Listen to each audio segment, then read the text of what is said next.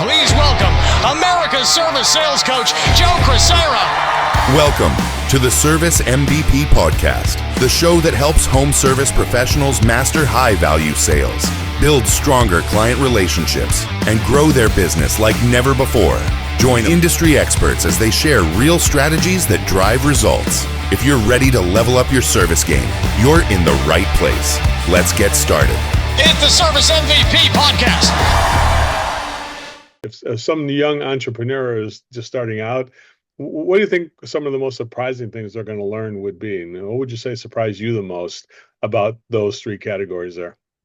What do you mean exactly surprised? I don't know. Like, what was like, I never realized, I didn't think this would make a big difference, or I didn't know this would, but like, I'm surprised that this made such a big impact. I didn't know that this, I thought it might, but I didn't know exactly the impact that it would make. Tell me, like, if you look at the brand, how about all three of these? If you look at the brand, what was a surprising benefit that, I mean, you knew you were going to get a nice picture and a logo, but what were some of the things that were surprising about the brand? Let's go over all three of those. What do you think? What was the most surprising thing about the brand that was a pleasant surprise that you just didn't realize would have that much impact, would you say, besides just beside the picture? Because that's probably the initial thing you thought. We need to get a logo, right? It's very recognizable, and you can see it from across the room. And people were just like, wow, that just stands out. They look professional. What kind of a feeling does the team have, though, or does it give the team with that brand? Is there anything that's a certain emotional impact that the team has experienced as opposed to whatever else you would have been doing? Because before that branding, it would have been just some T-shirts or something. Whatever. Yeah. I think with this, attention to it. Yeah. Tell us a little about that. How it helps the culture. Is that a surprise? I'm trying to, I guess, lead you that direction there. Yeah, no, that is a surprise that it does help with the culture, because there is a brand to get behind. You know, it resonates with our core values, our mission and vision statement, and it all coincides together. And the team can get behind that more, rather than it's just like, oh, here's my company, here's these red, white, and blue trucks, and you know, we're just such generic people out here. No, they come here and it's this more sense of, oh, this is a professional environment. This is a community here. This is the brand. We're representing a brand, and people, the team loves it. How about on the training, doing the options and all the stuff you've learned here? What was the most surprising thing that when you started out? So yeah, Joe Crisara, I heard he's really good. I read the book, but what was the surprising thing when you brought this to your team that was kind of a surprise to you? That was something you didn't expect to get, but turned out that you did. What do you say from that? You know, just going out there and given those options, and what customers actually do with options, you know, because we used to just go out and just go, oh, well, this is a problem. Here's the one solution to fix it, and that's it. And now you give multiple options, and it's just like people are more inclined to go more than just the economy or basic, hey, one part thing, one part fix. So I think it's just and the verbal packaging, you know, the pure motive system that you offer, the guy, you know, it makes a lot more sense. How has the pure motives, they mentioned a pure motive service, which we believe in. How does that impact the way you communicate with your clients? Like before you start to communicate with your clients, whether it's on the initial call that comes in, or whether it's a customer concern you might have to handle, or whether it's a sales opportunity, or even a service job or an install.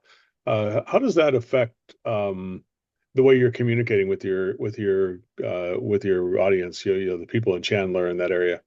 It's more basically what we've been doing, or since I've had the company, right? Because we're customer based. I always say we're a customer service business, and we do AC work on the side. So it's really the pure motive system is just getting involved with the customer, getting on a personal level, learning their names, learning their kids' names, learning the pets' names in the house, and just getting that personal touch on it, and just making it seem like, yeah, we actually care about you. We care about you, your family.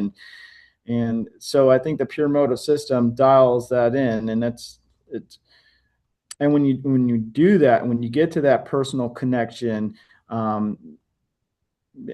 that people buy from people they like. When they like you, they'll buy more, right? You can't sell anything to anybody. People buy things, and that's a good way. So I think it really aligns with our values and what we're trying to do. I love that. I love that. The when you talk about that though, I know a lot of people are like, well, this all sounds good, but how do you get people to actually do this? And even yourself, right? It's like you got old habits and then you got the new stuff. Tell us about the transition from what you just did on your instincts, and how close were those two things together? Like what you've learned how to do at Service MVP, and also just in the experience with your clients and the pure motive service and everything coming together with the brand, the pure motive service, and the way you communicate. There's the final piece of doing it every day. Does that make sense there? And Yeah. that's probably one of the biggest challenge, which is to actually do and implement all this stuff. Tell us, if you were, number one, here's a good question. A lot of new businesses are like, hey, what you went from by yourself to hiring someone. So what is a good time to hire your first employee, would you say? And then number two, when you have them, let me ask the first question, then we'll go on to number two. How's that sound? So the first question, when's a good time to hire your first employee? What would you advise somebody on that part of it there? Well, I mean, I would hire them right away, right? And even if it's just a helper just to sit in your truck, just to watch what you do, so you can train them to replicate you. That's how you're going to grow the business. You need another person in a truck so you can get out of a truck, right? I couldn't grow my business because I was in the truck too much. Mm, And that's good. get a helper, get somebody just to watch you, and there's no better time than now. Just hire somebody. And if you think you can't afford them, well, you can't not afford them. You have to. If you want to grow a business, you just got to hire somebody, and you got to hire the right person that resonates with you and just aligns with your values and your vision. Mm. And then you mentioned the training aspect of it, part of it there, and that training is an investment. And of course, a lot of times people feel a little vulnerable, like they're unsure about getting the return on the investment in training. Could you advise people whether the investment in training is a worthy investment, or if you would be better just to let people do their own thing, or what do you think on that? Tell me what your thoughts are. Training is a non-negotiable part, and that's why you have to know your numbers so you can charge properly, so you can afford the training. You have to train your guys. You have to train your technicians or anybody on your team. The more training you give them, the smarter they get, the better product you put out there.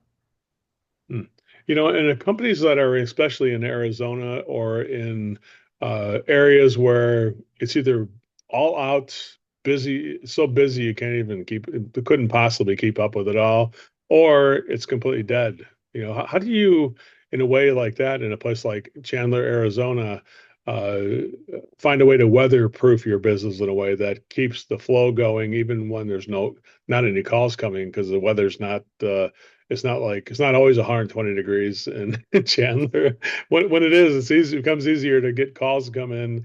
But what do you do when the calls aren't coming in, and that part of it there? How's that work? What advice would you give a company in that kind of a climate where it's not always something hot or cold? It's sometimes there's a drop off. How do you become weatherproof, Yeah, I George? mean, we just lived in the AC world, right? I mean, we're balls to the walls May through September, and then that's it, and then it drops off. So what do you do then? You have memberships. You have to go out to your memberships and take time when you're on those calls, and then that's more time for you do all your training in the off season too. That's when you can train them on technical work, and then train them on sales, just like as we're doing with you. And because you're going to these people's houses once or twice a year, that's all you're doing. And people don't think about their AC until it's broken. So you got to go out there, and when you go out there, look at the whole system. Don't just look at one little part of it. It's a whole house air filtration system, right? Because no matter what, it's filtering the air because you put a filter in it. So it's just, yeah, take your time. Memberships are key. and always investing back into your employees with training. All my guys love the training. They see that all the training that I'm putting in them, they feel like I really care about them, as I do, because I'm helping them grow. I'm investing in them. And when you invest in them, they become better, and they just do better work. They're going to perform better, and they're going to want to do better, and they want to. So that's a big key step to being a good leader. Thank you for listening and watching the Service MVP podcast. I want to give you a copy of my free book. Just click on the link below in the description, and one will be sent to you from me personally. Thank you so much for listening.